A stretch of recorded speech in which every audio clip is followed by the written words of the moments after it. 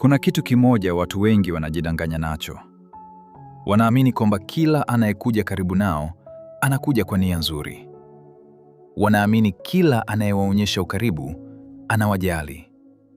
Lakini ukweli ni huu: sio kila anayekusogelea anakuthamini. Wengine wanakusogelea kwa sababu wana kitu wanataka kutoka kwako, na mara nyingi hutagundua mapema, kwa sababu watu wanaojua kutumia wengine wanajua kuvaa sura ya urafiki, ya upendo, ya heshima. Lakini nyuma ya pazia kuna ajenda. Leo nataka nikuonyeshe dalili 6 ambazo ziko wazi kabisa, lakini watu wengi wanazipuuza mpaka wanapokuja kugundua wameshatumika vibaya. Kama bado hujasubscribe, fanya hivyo sasa hivi ili uzidi kuwa bora kila siku. Hakikisha dalili ya 6 huikosi, maana ndiyo dalili ya wazi kabisa. Dalili ya kwanza: wanakutafuta tu wanapokuwa na shida. Jaribu kukumbuka vizuri. Ni lini mara nyingi simu yao inaingia? Ni lini jina lao linaonekana kwenye notification zako? Mara nyingi ni pale tu wanapokuwa na shida. Wakiwa na furaha, ukiangalia maisha yao yanaendelea, hawapo. Hawakutafuti, hawakujali. Lakini wakikwama tu, ghafla wanakukumbuka. Wanakuja na bro, vipi? Wanakuja na rafiki yangu na kuhitaji. Wanakuja na maneno matamu, lakini nyuma yake kuna ombi.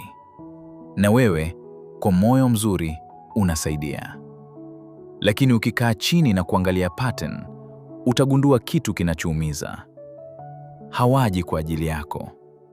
Wanakuja kwa ajili ya wanachoweza kupata kutoka kwako. Huu sio urafiki. Huu ni mfumo wa nitumie kisha niondoke. Na kama haujagundua hili mapema, utaendelea kuwa option ya dharura kila siku. Dalili ya pili: wewe ndiye unayeweka juhudi kila wakati. Kila mahusiano yanahitaji kujitoa, lakini hapa kuna tofauti kubwa. Katika uhusiano mzuri, juhudi huwa sawa, lakini unapokuwa unatumika, juhudi zote ziko upande wako. Wewe ndiye unaanza mazungumzo. Wewe ndiye unatafuta kujua wanaendeleaje. Wewe ndiye unajitahidi mahusiano yasiyo yamekufa. Na mara nyingi unajikuta unajiuliza, mbona kama mimi ndo najali zaidi? Sasa fanya uchunguzi mdogo. Acha kuwatafuta kwa muda. Utashangaa kitu kimoja: ukiacha kujitoa, connection inakufa papo hapo. Hakuna anayekutafuta, hakuna anayejali, hakuna anayekumbuka. Na hapo ndipo ukweli unapokuja wazi. Ulikuwa sio chaguo la kwanza. Ulikuwa source ya attention au msaada.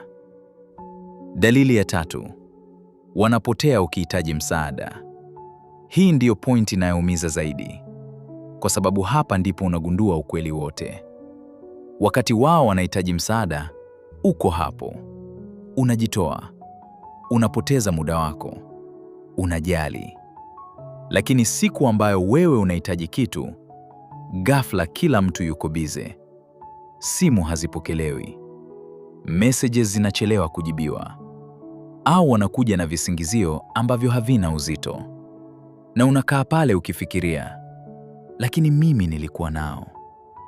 Hapo ndipo unapaswa kufungua macho, kwa sababu ukweli ni huu: mtu anayekujali hawezi kuwa available tu wakati yeye anahitaji. Kama uwepo wake unategemea mahitaji yake tu, basi wewe sio mtu wake.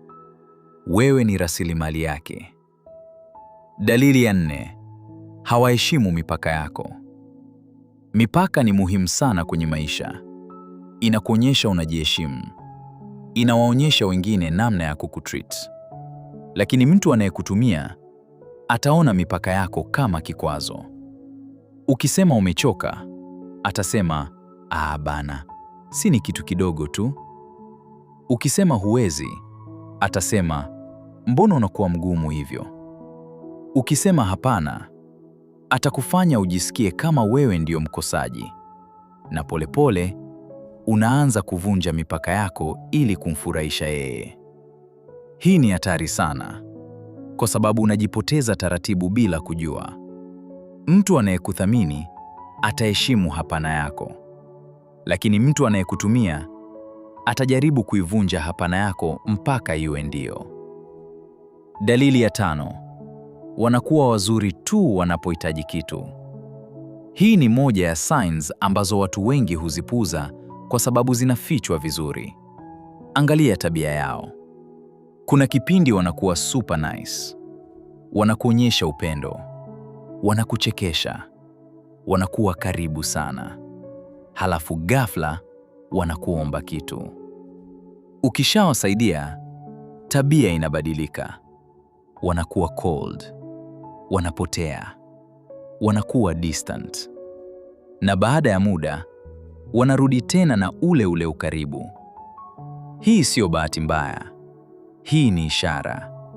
Na ishara haidangangi. Dalili ya 6: unahisi kuchoka kihisia baada ya kuwa nao. Hii ni dalili ambayo watu wengi hawaichukulii serious, lakini ni muhimu sana. Kila ukimaliza kuongea nao, unahisi umechoka.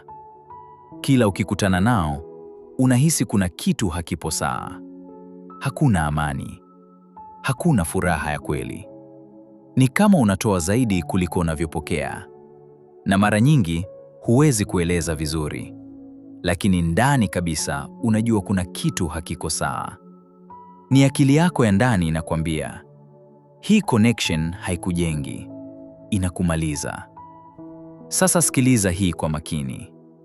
Jifunze kusema hapana bila kujisikia vibaya. Kwa sababu mtu anayekutumia atakuacha pale ambapo haoni faidi tena. Lakini mtu anayekuthamini atabaki hata pale ambapo hakano faida. Kama bado hujasubscribe, fanya hivyo sasa hivi ili usipitwe na ukweli kama huu kila wiki. Usisahau kulike video hii ili iwafikie wengi na wajifunze. Asante kwa kubaki nami mpaka mwisho. Tukutane wakati ujao.